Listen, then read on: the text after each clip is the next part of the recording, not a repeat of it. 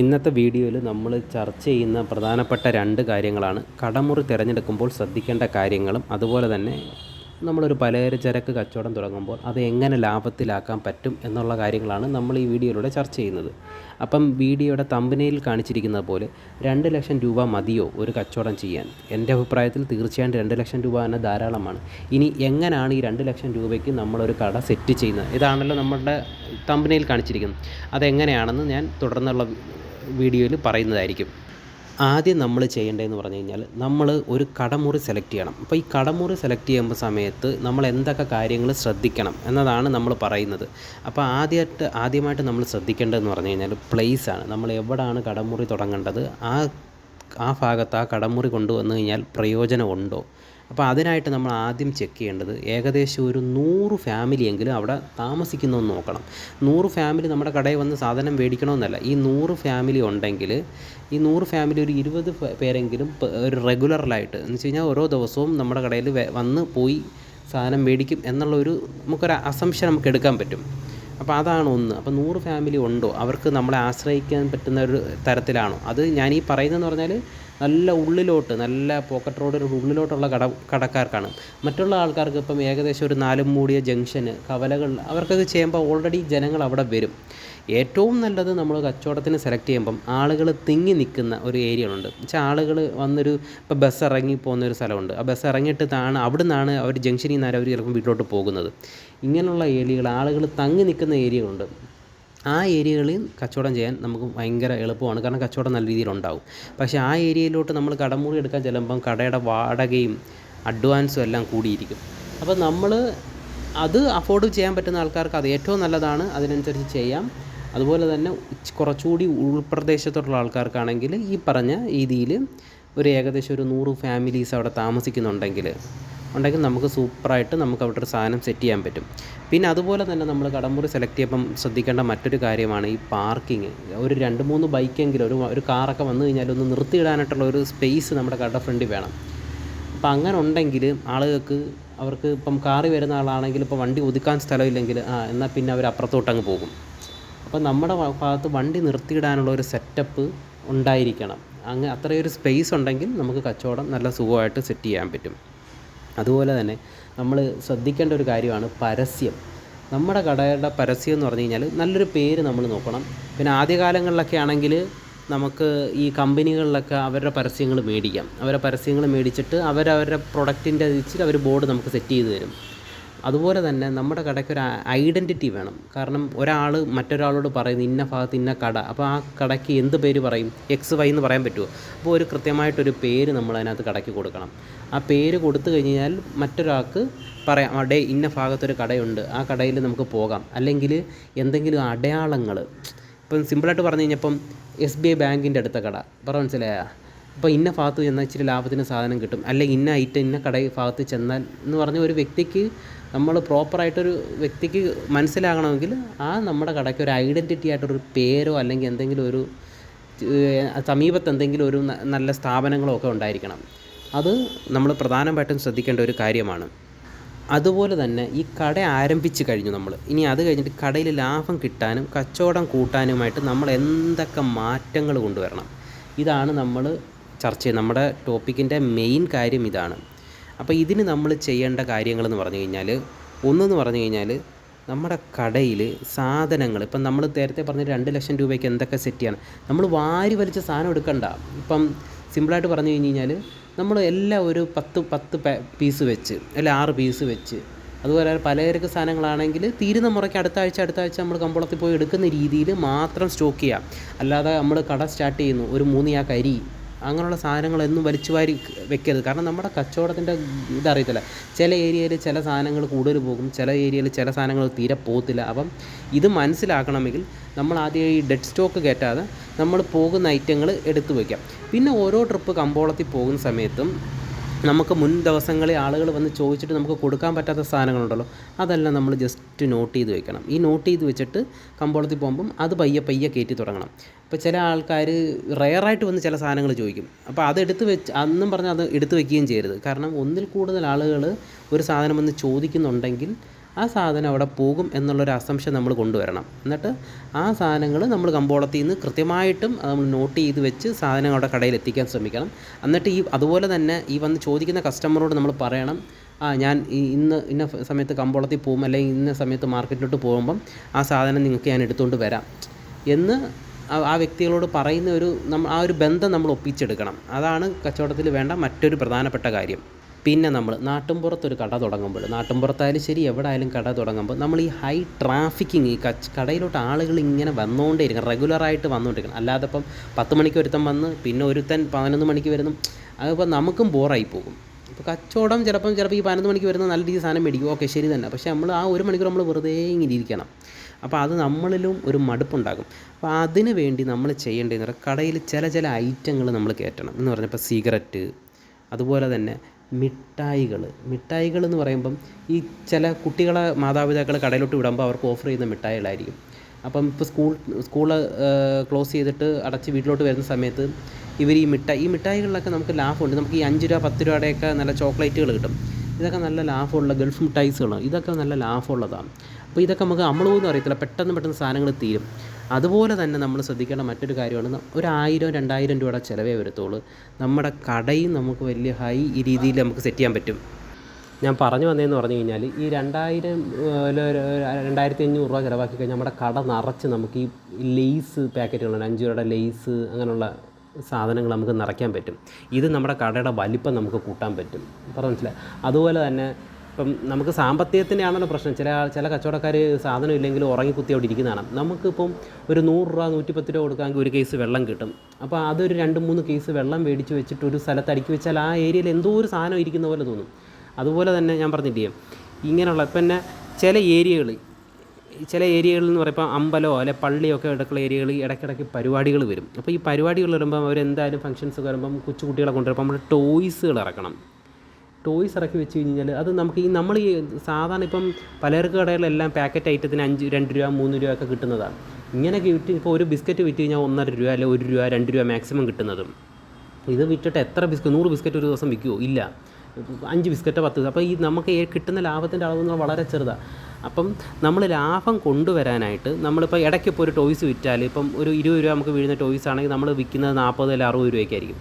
അപ്പോൾ ഒറ്റയടിക്ക് നമുക്ക് ഈ പറയുന്ന 40 രൂപ 20 രൂപ നമുക്ക് മാർജിനോട്ട് കയറി വരിക. അപ്പോൾ അങ്ങനെയുള്ള സാധനങ്ങൾ നമ്മൾ കടയിൽ അത് എന്നും പോകത്തുമില്ല. മനസ്സിലായി? എന്നും പറഞ്ഞാൽ അത് വലിയ രീതിയിൽ സ്റ്റോക്ക് എടുത്ത് വെക്കരുത്. നമുക്കൊരു ലിമിറ്റായിട്ടൊരു 5 പീസ് 6 പീസ് സാധനങ്ങൾ നമ്മൾ അതിനകത്ത് കയറ്റുക.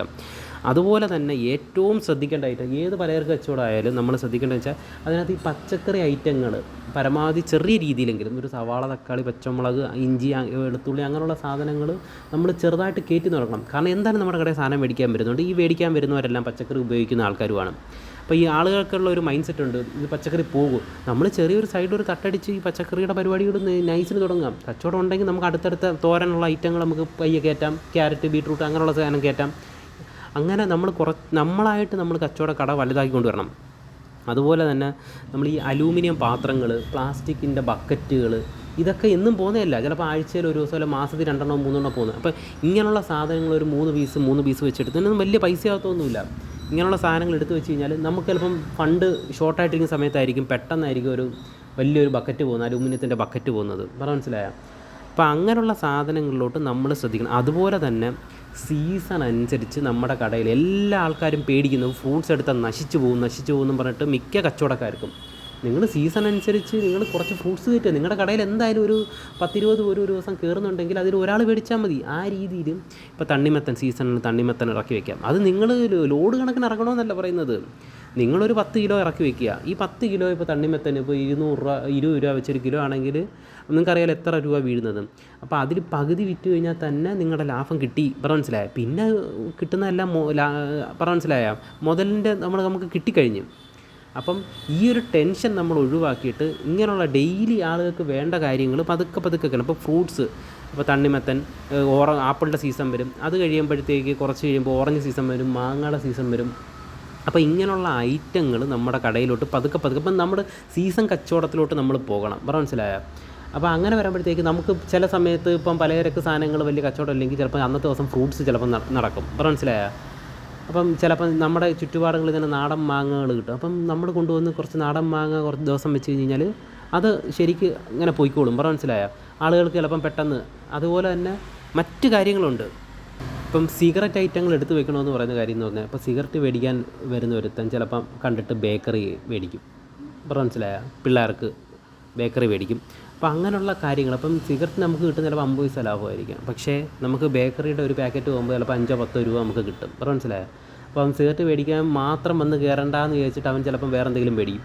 അപ്പോഴായിരിക്കും ചിലപ്പം ആ പാലുണ്ടോ എന്ന് ചോദിക്കുന്ന പാല് മേടിക്കുന്നത്. അപ്പോൾ പാലിൻ്റെ കൂടെ ചായ ഇടാനായിട്ട് അവൻ എന്ത് ചെയ്യും? അതിൻ്റെ കൂട്ടത്തിൽ ചിലപ്പോൾ ഒരു മറ്റ് ബേക്കറിയോ അല്ലെങ്കിൽ ചിലപ്പം പഴം ഉണ്ടെങ്കിൽ പഴം മേടിക്കും. ഇനി പഴത്തിൻ്റെ കാര്യം പറയുമ്പം നമ്മൾ പ്രധാനപ്പെട്ട മിക്ക ആൾക്കാരും എന്തെന്ന് പറയും, ഒരു കൊലയെ എടുത്ത് വയ്ക്കത്തുള്ളൂ. ഒരു കൊലയോ ഒരു ഏത്തക്കൊലയോ അല്ലെങ്കിൽ ഒരു പാളയം കോടനോ എടുത്ത് മാത്രം. നമ്മൾ ഈ പഴക്കച്ചവടം നമുക്ക് നല്ല പ്രോപ്പറായിട്ട് നല്ല രീതിയിൽ വരണമെങ്കിൽ നമുക്ക് ഭയം ഒഴിവാക്കണം. ഭയം ഒഴിവാക്കിയിട്ട് നമ്മളൊരു 2-3 കൊല എടുത്ത് വെക്കണം. ഈ കൊല പഴുത്ത് ഇങ്ങനെ നിൽക്കുന്ന സൗന്ദര്യം കാണുമ്പോഴാണ് ആളുകൾ മേടിക്കുന്നത്. മിക്ക ആൾക്കാർക്കും 1/2 കിലോ പഴം മതി. പക്ഷേ അവന് 2 കൊല കണ്ടാലേ അവൻ മേടിക്കത്തുള്ളൂ. ഈ ഒരു കൊലയാണെങ്കിൽ അവനും മേടിക്കാനൊരു സൈക്കോളജിക്ക് അവനൊരു മടി വരും. അപ്പം അതുപോലെ തന്നെ നമ്മുടെ കാര്യങ്ങൾ ഈ വില കുറഞ്ഞ ഐറ്റങ്ങളുണ്ടല്ലോ. ഇപ്പം ചിലപ്പം ഈ പാമ്പേഴ്സ് ഇങ്ങനെയുള്ള ഈ അത്യാവശ്യ സാധനങ്ങൾ, എപ്പോഴും ഈ അത്യാവശ്യ സാധനങ്ങൾ നമ്മൾ പതുക്കെ നോട്ട് ചെയ്ത് നമ്മുടെ കടയിലോട്ട് സാധനങ്ങൾ ആഡ് ചെയ്ത് കൊടുത്തു കഴിഞ്ഞാൽ പെട്ടെന്ന് ആൾക്കാർ ചിലപ്പം വണ്ടി നിർത്തിയിട്ട് ഇപ്പം കൊച്ചുങ്ങളായിട്ട് വരുന്ന പാമ്പേഴ്സ് ഉണ്ടോ എന്ന് ചോദിക്കും. അപ്പം പാമ്പേഴ്സ് ഉണ്ടോ എന്ന് ചോദിച്ചു കഴിഞ്ഞിട്ട് പാമ്പേഴ്സ് മേടിച്ച് കഴിയുമ്പോഴായിരിക്കും മറ്റ് ഐറ്റം. ചിലപ്പം ഈ പറയുന്ന പാമ്പേഴ്സ് മേടിക്കാനായിട്ടായിരിക്കും കൂടി നമ്മുടെ കടയിൽ വരുന്നത്. അപ്പോൾ പാമ്പേഴ്സ് ഇല്ലെങ്കിൽ മറ്റ് ഐറ്റങ്ങളും ചിലവാകാതെ പോകും. പിന്നെ ഇതുപോലെ തന്നെ ശ്രദ്ധിക്കേണ്ട മറ്റൊരു ഐറ്റമാണ്, നമ്മളൊരു പലചരക്ക് കട നടത്തുമ്പോൾ പല ചരക്കുകൾ നമ്മുടെ കടയിലോട്ട് വരും. അപ്പോൾ ഇവർക്കെല്ലാം വാരിക്കോരി നമ്മൾ കടം കൊടുത്തു കഴിഞ്ഞ് കഴിഞ്ഞാൽ നമ്മൾ മുടിഞ്ഞു പോകത്തേ ഉള്ളൂ. ഇപ്പോൾ മനസ്സിലായോ? ചിരിച്ച് കാണിച്ച് നമ്മുടെ കയ്യിൽ നിന്ന് കടം മേടിക്കും. അപ്പം കടം കൊടുക്കാൻ നാട്ടമ്പുറമാണെങ്കിൽ കടം കൊടുക്കണം. ഇനി കൊടുത്തു കഴിഞ്ഞാൽ കൃത്യമായിട്ട് അത് നോട്ട് ചെയ്ത് മേടിക്കണം. ചില ആളുകൾക്ക് നമ്മൾ കൃത്യമായിട്ട് ബുക്ക് തന്നെ വെക്കണം. ഇത് കണക്കെഴുതി അവരുടെ കയ്യിൽ തന്നെ നമ്മൾ തന്നെ ഒരു 5 രൂപയുടെ മറ്റേ കൊച്ചു ബുക്കുണ്ടല്ലോ, ഇത് കൊണ്ടുവരാൻ തന്നെ പറയണം. അതിനകത്ത് എഴുതി കൊടുത്തു വേണം. കാരണം എന്ന് പറഞ്ഞാൽ നാളെ ഒരു സമയത്ത് ഇത് വലിയ പ്രശ്നത്തിലോട്ട് പോകും. അവർക്ക് ബോധം കാണത്തില്ല. മനസ്സിലായി? ഈ തരണമെന്നുള്ള മൈൻഡ് സെറ്റ് ഉള്ളവരും ഉണ്ട്, ഇല്ലാത്തവരുണ്ട്. ഇല്ലാത്തവരാണെങ്കിൽ നമ്മളിവിടെ നമ്മുടെ ബുക്കിൽ എഴുതി വയ്ക്കും. കുറച്ച് കഴിയുമ്പോൾ നമ്മുടെ പേര് നമ്മൾ കള്ളക്കണക്ക് എഴുതി എന്നുള്ള രീതി വരും. അപ്പം അവർക്ക് കടം മേടിക്കാൻ വരികയാണെങ്കിൽ പൈസ ഇപ്പം ഇല്ല, ചിലപ്പോൾ മാസാവസാനം തരുന്നത്. എന്നാൽ പോലും നമ്മൾ കൃത്യമായിട്ട് എന്ത് ചെയ്യണം? അവർക്ക് ഒരു ബുക്ക് നമ്മൾ കൊടുത്തു വേണം. ആ ബുക്ക് സാധനം മേടിക്കാൻ വരുമ്പോൾ അത് കൊണ്ടുവരണമെന്ന് പറയണം. അത് നമ്മുടെ സുരക്ഷയും, കാരണം അവർക്കും ഈ തുക കൂടുന്നെന്നുള്ളൊരു തോന്നൽ വന്ന് തരാനുള്ള ഒരു ടെൻഡൻസി ഉണ്ടാക്കുന്നതിന് വേണ്ടി നമ്മളെന്ത് ചെയ്യണം? ബുക്ക് കൊണ്ടുവരാനുള്ള രീതിയിൽ പറയണം. അല്ലെങ്കിൽ സാധനം തരത്തില്ല. പിന്നെ നമ്മൾ കുറച്ച് സ്ട്രിക്റ്റ് ആയിരിക്കണം ഇങ്ങനെ കാര്യത്തിൽ, കടം കൊടുക്കുന്ന കാര്യത്തിൽ. നമ്മൾ സോഫ്റ്റായിട്ട് നിന്ന് കഴിഞ്ഞ് കഴിഞ്ഞാൽ ഈ വരുന്ന ആളുകളെല്ലാം കടം മേടിച്ചുകൊണ്ട് പോയി അവരെന്ത് ചെയ്യുന്ന പറയും, ഒരു 3-4 കടകളിൽ ഇങ്ങനെ കുറേശ്ശെ കടം മേടിച്ച് വെക്കും. കാരണം എന്നിട്ട് അവർ റോൾ ചെയ്തിട്ട് ബാക്കി അവർ ഈ പൈസ ചിട്ടി പൈസയ്ക്കും മറ്റേ രീതിയിലും അവരുടെ കാര്യങ്ങൾ അവർ സേഫ് ആക്കാൻ നോക്കും. മനസ്സിലായോ? അപ്പോൾ ഈ കടക്കാരെ അവരവിടെ ജസ്റ്റ് ഇതാക്കിയിടും. അതുപോലെ തന്നെ നമ്മൾ കടക്കാർ ശ്രദ്ധിക്കേണ്ട ഏറ്റവും കാര്യം എന്ന് പറഞ്ഞാൽ, നമുക്ക് സപ്ലൈ ചെയ്യുന്നവന് നമ്മൾ ഒരിക്കലും ഫണ്ട് ബ്ലോക്കാക്കി വെക്കരുത്. നമുക്ക് ചിലപ്പോൾ ഷോർട്ടാണെങ്കിൽ പോലും നമ്മൾ റോൾ ചെയ്ത് അവന് കൊടുക്കാനായിട്ട് ശ്രമിക്കണം. ഇതെന്ന് പറഞ്ഞ കാര്യം എന്ന് പറഞ്ഞാൽ, സപ്ലൈ ചെയ്യുന്നവൻ നമുക്ക് പണി തരും. ചിലപ്പോൾ പന്ന സാധനങ്ങൾ കൊണ്ടിടും, അല്ലെങ്കിൽ അവൻ മനസ്സിലായി അതിനകത്ത് കള്ളക്കണക്ക് കയറ്റും. അപ്പോൾ നല്ലൊരു തുകയായിരിക്കും പോകുന്നത്. ചിലപ്പോൾ ഒരു ദിവസത്തെ ബില്ല് 2000-2500 ബില്ലാണെങ്കിൽ അവൻ പറയും ഇന്ന ബില്ല് നമ്മൾ തന്നില്ല എന്ന് പറഞ്ഞ് പിന്നെ അവനുമായിട്ടൊരു പ്രശ്നത്തിലോട്ട് നമ്മൾ പോകും. അപ്പോൾ അതുകൊണ്ട് സപ്ലൈ ചെയ്യുന്നതിന് റെഡി ക്യാഷ് കൊടുത്തു കഴിഞ്ഞ് കഴിഞ്ഞാൽ നമുക്ക് അവനോട് ബാർഗെയിൻ ചെയ്യാം. കുറച്ച് ചിലപ്പം 2 രൂപ കുറച്ച് തരാൻ പറ്റും, അല്ലെങ്കിൽ ചില ബില്ലുകൾ നമുക്ക് റൗണ്ട് ചെയ്ത് മേടിക്കാൻ പറ്റും. അങ്ങനെയുള്ള കാര്യങ്ങൾ നമ്മൾ ക്ലിയറാണ്. അതുപോലെ തന്നെ ഈ കടയിൽ വീഴുന്ന പൈസ നമ്മൾ മൊത്തത്തിൽ നമ്മുടെ ആവശ്യങ്ങൾക്ക് എടുക്കരുത്. നമുക്കൊരു ദിവസം 300, നമ്മൾ പല 500 രൂപ നമ്മുടെ കൂലിയെന്നും പറഞ്ഞ് നമ്മളങ്ങ് എടുക്കുക. ഈ 500-ലാണ് നമ്മുടെ ചിലവുകൾ നമ്മൾ ഓടിക്കേണ്ടത്. ബാക്കി വീഴുന്ന കാശ്, കടയിൽ വീഴുന്ന മേശയിൽ വീഴുന്ന കാശുകളും ലാഭം ചിലപ്പം ചില ദിവസം 1000-1500 രൂപയൊക്കെ ലാഭം വീണെന്നിരിക്കാം. ഈ കാശ് നമ്മൾ ചെയ്യേണ്ടതെന്ന് പറഞ്ഞാൽ നമ്മൾ ഓരോ ഐറ്റം കയറ്റി തുടങ്ങുക. നമുക്ക് കടകളിൽ കച്ചവടം തരുന്ന ഐറ്റങ്ങൾ, പിന്നെ ചില ഐറ്റങ്ങൾ നല്ല രീതിയിൽ കച്ചവടം ഉണ്ടെങ്കിൽ അതും നല്ല ബൾക്കായിട്ട് എടുക്കാൻ ശ്രമിക്കുക. പിന്നെ ഓരോ ഏരിയയ്ക്ക് അനുസരിച്ച് കച്ചവടം ചെയ്യുക. അപ്പം ഒരു 10-12 വീട്ടുകാർ പശുവിനെ വളർത്തുന്നുണ്ടെങ്കിൽ അവർക്കുള്ള കാലിത്തീറ്റ ചാക്ക് കണക്കിന് എടുത്ത് നമ്മൾ സ്റ്റോക്ക് ചെയ്യുക. കാരണം അവരെ ദൂരോട്ട് വിടാതെ നമ്മുടെ കടയിൽ തന്നെ ആക്കുന്ന രീതിയിൽ, അങ്ങനെ പല രീതിയിൽ ഓരോ ഏരിയയ്ക്ക് അനുസരിച്ചാണ് നമ്മൾ കച്ചവടം ചെയ്യേണ്ടത്. നമ്മുടെ കച്ചവടം പിന്നെ നമുക്ക് ഒരു കുറച്ച് കഴിയുമ്പോഴത്തേക്ക് ഒരു ട്രാക്കിലോട്ട് കയറും. ഈ ട്രാക്കിലോട്ട് കയറുന്ന സമയത്ത് നമ്മൾ ചെയ്യേണ്ടതെന്ന് പറഞ്ഞു കഴിഞ്ഞാൽ, ഒരു 10 ജോഡി ചെരുപ്പുകൾ ഇറക്കി വയ്ക്കുക, സ്ലിപ്പറുകൾ. മനസ്സിലായോ? അപ്പം അങ്ങനെയുള്ള വീട്ടിൽ ഇടുന്ന ടൈപ്പ് ചെരുപ്പുകളുണ്ടല്ലോ, വില കുറഞ്ഞ. ഇതൊക്കെയെന്ന് പറഞ്ഞാൽ നമുക്ക് നല്ല ലാഭം കിട്ടുന്ന ഐറ്റങ്ങളാണ്. അതുപോലെ തന്നെ ചെറിയ രീതിയിൽ ഈ ഗോൾഡ് കവറിങ്ങിൻ്റെ മാലകൾ, കാരണം നമുക്ക് 10 രൂപ വീഴുന്ന നമുക്ക് 20 രൂപ 30 രൂപയ്ക്കൊക്കെ വിൽക്കാൻ പറ്റും. അങ്ങനെയുള്ള ഐറ്റങ്ങൾ പതുക്കെ പതുക്കെ കയറ്റുക. അപ്പം അത് കയറ്റുന്ന സമയത്ത് നമുക്ക് ഈ പെണ്ണുങ്ങൾ നമ്മുടെ കടയിൽ സാധനം മേടിക്കാൻ വരുന്നുണ്ടെങ്കിലും അവർ ഈ സാധനങ്ങൾ മേടിക്കും. ചെറിയ ചെറിയ പൊട്ട് പറഞ്ഞാൽ മനസ്സിലായി, അതിനൊക്കെ പ്രത്യേക സൈഡ് സ്റ്റാൻഡുകളൊക്കെ ഇട്ട് ഇത് ചെയ്യുക. പിന്നെ ഞാൻ പറഞ്ഞില്ലേ, സ്പേസ് ഉണ്ടെങ്കിൽ നമ്മൾ പരമാവധി സാധനങ്ങൾ നമ്മുടെ കടയിൽ ഇൻക്ലൂഡ് ചെയ്ത് കഴിഞ്ഞാൽ നമ്മൾ വേറെ ഒരു പണിക്കും പോകണ്ട. നമുക്ക് ഡെയിലി ഒരു 2000-3000 രൂപയൊക്കെ വെച്ച് നമുക്ക് തടയും ഇതിനകത്ത്. പിന്നെ ഏറ്റവും അവസാനം നമ്മൾ കച്ചവടം നല്ലൊരു ട്രാക്കിലോട്ട് കയറിയെന്ന് മനസ്സിലായി. നമ്മൾ തുടക്കത്തിൽ ചെയ്യേണ്ടതാണ്, പക്ഷേ തുടക്കത്തിൽ ആരും ചെയ്യാൻ, കാരണം നമ്മൾ കച്ചവടം ചെയ്യുമ്പോൾ നമ്മൾ ഹ്യൂജ് റിസ്ക് എടുക്കുമ്പോൾ അതിൻ്റെ മേളിൽ ഈ നമ്മൾ ഒന്നാമത് വീഡിയോ പറഞ്ഞത് വെറും റേറ്റ് കുറച്ചുള്ള കച്ചവടമാണ്. ഇനി ഫണ്ട് ഉണ്ടെങ്കിൽ നമ്മൾ ആദ്യം ചെയ്യേണ്ടതെന്ന് പറഞ്ഞു കഴിഞ്ഞാൽ നമ്മളിതെല്ലാം ഒരു സിസ്റ്റത്തിലാക്കി വെക്കുക. സിസ്റ്റത്തിലാക്കി വെച്ച് കഴിഞ്ഞാൽ നമുക്ക് എത്ര രൂപയുടെ കച്ചവടം ഒരു ദിവസം നടന്നു, ഓരോ ദിവസം നമുക്ക് എന്തോരം ലാഭം കിട്ടി, കൃത്യമായിട്ട് നമുക്ക് കണക്ക് വേണം. കാരണം ഡെയിലി റെൻറ്റ് കൊടുക്കുന്ന ആൾക്കാരുണ്ട്. പിന്നെ ഡെയിലി കുറച്ച് പൈസ എടുത്ത് നമ്മൾ സ്റ്റാഫിന് ഒരാളെ എക്സ്ട്രാ വെക്കുന്ന ആൾക്കാരുണ്ട്.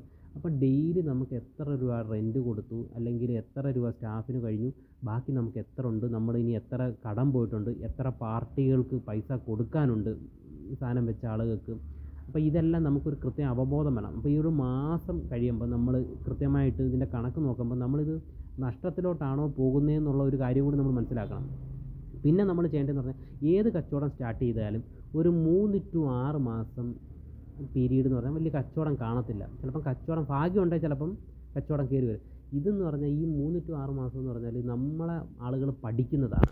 നമ്മളെ പഠിക്കുക എന്ന് പറഞ്ഞു കഴിഞ്ഞാൽ നമ്മൾ ഏത് തരമാണ്, കാരണം നമ്മളെ ഇഷ്ടപ്പെട്ട് കഴിഞ്ഞ് കഴിഞ്ഞാൽ നമ്മുടെ കൂട്ടിലെ മറ്റേ കോഴിയാവും. പിന്നെ സ്ഥിരം ആൾക്കാർ നമ്മളോട് വരും. പിന്നെ വേറെ ചെയ്യേണ്ടതെന്ന് പറഞ്ഞു കഴിഞ്ഞാൽ ഒരു കസ്റ്റമറെ ഒരു 3ആയിട്ട് നമ്മൾ തരംതിരിക്കണം. 3ആയിട്ട് തരംതിരിക്കുക എന്ന് പറഞ്ഞു കഴിഞ്ഞാൽ കസ്റ്റമർ ഇപ്പോൾ ഒരാൾ വന്ന് റെഡി സാധനം മേടിക്കുന്നു. അപ്പോൾ റെഡി കൃത്യം പൈസ തരുന്നവന് ചെറുതായിട്ട് പൈസ കുറച്ച് കൊടുക്കുക സാധനങ്ങൾ. അതുപോലെ ചില ആളുകൾ വന്നിട്ട് കടം മേടിക്കും. കടം മേടിക്കുന്ന ആളുകൾക്ക് എന്ത് ചെയ്യുന്നറിയോ, നമ്മൾ കുറച്ച് പൈസ കയറ്റിയിട്ട് കൊടുക്കുക, കുറച്ച് ലാഭം കയറ്റിയിട്ട് കൊടുക്കുക. അങ്ങനെയുള്ള കാര്യങ്ങളുണ്ടല്ലോ. പിന്നെ നോക്കിയും കണ്ടും കച്ചവടം ചെയ്യുക. ചില ആളുകൾക്ക് കൂട്ടിക്കുറക്കുക, ചിലപ്പോൾ ആൾക്കാർ വന്ന് സാധനത്തിൻ്റെ വില ചോദിക്കും, അവർക്ക് കുറച്ച് കൊടുക്കുക. അങ്ങനെയുള്ള രീതിയിലോട്ടൊക്കെ വന്നു കഴിഞ്ഞാൽ നമ്മൾക്ക് ഈ പറയുന്ന ഒരു പലചരക്ക് കട കൊണ്ട് നമുക്ക് എന്തും നമുക്ക് സമ്പാദിക്കാൻ പറ്റും. ഇപ്പം നമ്മൾ വീഡിയോയിൽ സംസാരിച്ചത് പലചരക്ക് കടയെക്കുറിച്ചാണ്. അപ്പോൾ ഇതേപോലെ ഏത് കച്ചവടം, ഇപ്പം നമുക്കൊരു പച്ചക്കറി കട ഇൻഡിവിജ്വലായിട്ട് തുടങ്ങാം, ഒരു ഇറച്ചിക്കട തുടങ്ങാം. ഇതിനൊക്കെ ഒരു 2-3 ലക്ഷം രൂപ മാക്സിമം ഇട്ട് കഴിഞ്ഞ് കഴിഞ്ഞാൽ നമുക്ക് ഈ നാട്ടിൽ തന്നെ നമുക്ക് അടിപൊളിയായിട്ട്. പിന്നെ ഇതിനെ നമ്മൾ കുറച്ച് കഴിയുമ്പോൾ, ഒരു പരിധി കഴിയുമ്പോൾ നമ്മൾ മാർക്കറ്റിംഗ് കൂടി ചെയ്യണം. നമ്മുടെ കടയിലോട്ട് ആളുകൾ വരുന്ന രീതിയിൽ ഇടയ്ക്കിടയ്ക്ക് ഓഫർ ഇടുക. അതുപോലെ മനസ്സിലാകുന്ന അത് നമ്മുടെ ഓരോ വ്യക്തികളുടെ ചോയ്സ് അനുസരിച്ചിട്ടാണ്. ചില കാര്യങ്ങൾ ഇപ്പം നല്ല രീതിയിൽ സാധനം മേടിക്കുന്ന ആളുകൾക്ക് എന്തെങ്കിലും ചെറിയ ഗിഫ്റ്റുകൾ കൊടുക്കുക. ഇപ്പോൾ ഒരു ഓണമൊക്കെ ആകുമ്പോഴത്തേക്ക് ചെറിയ ചെറിയ ഗിഫ്റ്റുകൾ കൊടുക്കുക. അപ്പോൾ മനസ്സിലായി. അപ്പോൾ എന്ത് ചെയ്യും, അവർ വീണ്ടും അടുത്ത ട്രിപ്പ് നമ്മുടെ കയ്യിൽ തന്നെ വന്ന് കിടക്കും സാധനം മേടിക്കാനായിട്ട്. അപ്പം എല്ലാവരും ഈ ഒരു മെത്തേഡ് ഫോളോ ചെയ്യുക എന്ന് പറഞ്ഞു കഴിഞ്ഞാൽ നമ്മൾ നമ്മുടെ സ്വയം ഒരു സംരംഭകനായി മാറുക. അല്ലാതെ 10-15 ലക്ഷമൊക്കെ മുടക്കി വിദേശ രാജ്യങ്ങളിൽ പോയി കെയർ ഹോമിൽ നിന്ന് നല്ല പച്ച തീട്ടം കൈകൊണ്ട് വാരി തുടച്ച് എന്തിനാണ് നമ്മൾ ഈ യുവതലമുറ ഇങ്ങനെ ചിന്തിക്കുന്നത്? നമ്മളൊരു അടിമ മനോഭാവത്തിലോട്ടാണ് നമ്മൾ ചിന്തിക്കുന്നത്. കാരണം വിദേശ രാജ്യങ്ങളിൽ എന്ന് പറഞ്ഞു കഴിഞ്ഞാൽ, വിദേശ രാജ്യങ്ങളെക്കുറിച്ച് നമുക്കറിയാമല്ലോ, 150 വർഷത്തോളം അവർ ഇന്ത്യ അടക്കി ഭരിച്ചവരാണ്. ഈ അടക്കി ഭരിച്ചവർ നമ്മളങ്ങോട്ട് ഓടി ചെന്ന് കഴിഞ്ഞ് കഴിഞ്ഞാൽ നമ്മളെ അവന്മാർ പൊക്കിയെടുത്ത് DGPയുടെ കസേര ഇരുത്തത്തൊന്നുമില്ല. നമുക്ക് അവന്മാർ തരുന്ന പണി എന്ന് പറഞ്ഞാൽ അൺസ്കിൽഡ് ജോലിയെ നമുക്ക് തരത്തുള്ളൂ. ഒന്നുകിൽ നമ്മൾ വല്ല ഫാമുകളിലായിരിക്കും, അല്ലെങ്കിൽ വല്ല ഇതേപോലെ സൂപ്പർ മാർക്കറ്റിൽ ക്ലീനിങ് അങ്ങനെയുള്ള പരിപാടികളാണ്. ഇവിടുത്തെ പോലെ സെക്രട്ടേറിയറ്റിൻ്റെ ഓരോരുത്തർ വലിയ പോസ്റ്റിലൊന്നും പിടിച്ച് അവന്മാർ നമ്മളെ കയറ്റത്തില്ല. അവന്മാർ എപ്പോഴും. പക്ഷേ ഗൾഫിലാണെങ്കിൽ ഓക്കെ, ശരി തന്നെ. കാരണം ഗൾഫിൽ ചെയ്യുമ്പോഴും അവൻ ചിന്തിക്കുന്നതെന്ന് പറയും, അവന് വിദ്യാഭ്യാസമില്ല. ചിലപ്പം അവിടുത്തെ മുതലാളി അറബാവിന് വലിയ വിദ്യാഭ്യാസമൊന്നുമില്ല. പക്ഷേ അവൻ ചിന്തിക്കുന്നത് എന്തുവാ, വിദ്യാഭ്യാസം ഇല്ലാത്ത എൻ്റെ അടുത്തതായി വിദ്യാഭ്യാസം ഉള്ളവനെ ഞാൻ പണിക്ക് നിർത്തുന്നു. മനസ്സിലായ? അവിടെ നമ്മൾ 2ാം സ്ഥാനമാണ്. ഇതൊന്നും വേണ്ട. നമ്മുടെ സ്വന്തം നാട്ടിൽ ഈ ചെറിയ എമൗണ്ട് തുടക്കി നമ്മൾ കൃത്യമായിട്ട് 24 hours നമ്മൾ ഇതിനെക്കുറിച്ചൊന്ന് ചിന്തിച്ച് ഒരു 6 മാസം ചിന്തിച്ച് കഴിഞ്ഞ് കഴിഞ്ഞാൽ ഈ സാധനം അങ്ങ് ഞാൻ പറഞ്ഞ വളർച്ചയിലോട്ട് വരും. പിന്നെ നമുക്ക് ആരെയും പേടിക്കേണ്ട ആവശ്യമൊന്നുമില്ല. കാരണം ഒരു പരിധി കഴിയുമ്പോഴത്തേക്കും ഇതിൻ്റെ വളർച്ചയായിട്ട് പീരീഡ് നമുക്ക് മനസ്സിലാവും. അപ്പോൾ നമുക്ക് കൂടുതൽ കോൺഫിഡൻസ് വരും. പിന്നെ കഴിവുള്ളവനാണെങ്കിൽ കുറച്ചപ്പുറം മാറി, അല്ലെങ്കിൽ ഒരു 5 കിലോമീറ്റർ മാറി വേറെ സ്ഥാപനം തുടങ്ങുക, 2 പണിക്കാരെ എടുക്കുക, അത് സിസ്റ്റമാറ്റിക്കായിട്ട് കൊണ്ടുപോയി സിസ്റ്റത്തിനകത്താക്കി കൊണ്ടുപോയി 2 പണിക്കാരെയൊക്കെ നിർത്തി കഴിഞ്ഞ് കഴിഞ്ഞാൽ അതും ഇതും മോണിറ്റർ ചെയ്ത് കൊണ്ടുപോകാം. അപ്പോൾ അങ്ങനെ പയ്യെ നമ്മൾ ആ ഒരു ലെവലിലോട്ട് ചിന്തിക്കണം യുവതലമുറ. അല്ലാതെ പൈസ എല്ലാം മുടക്കി വിദേശ രാജ്യങ്ങളിൽ പോയി കുടിസ് റൂമിൽ കിടന്ന് ഇതേപോലെ കെയർ ഹോമിൽ കിടന്ന് നല്ല പച്ച കാട്ട് ഫോറസ്റ്റ് അവരതും തീട്ടവും വാരി ജീവിതം നശിപ്പിക്കരുത്. അപ്പോൾ അതുകൊണ്ട് നിങ്ങളെല്ലാവരും നിങ്ങളതായ ഒരു ഓൺ ബിസിനസ് ചെയ്ത് മുന്നോട്ട് പോകുന്ന ഒരു രീതിയിലോട്ട് നമ്മുടെ മൈൻഡ് സെറ്റ് കൊണ്ടുവരിക.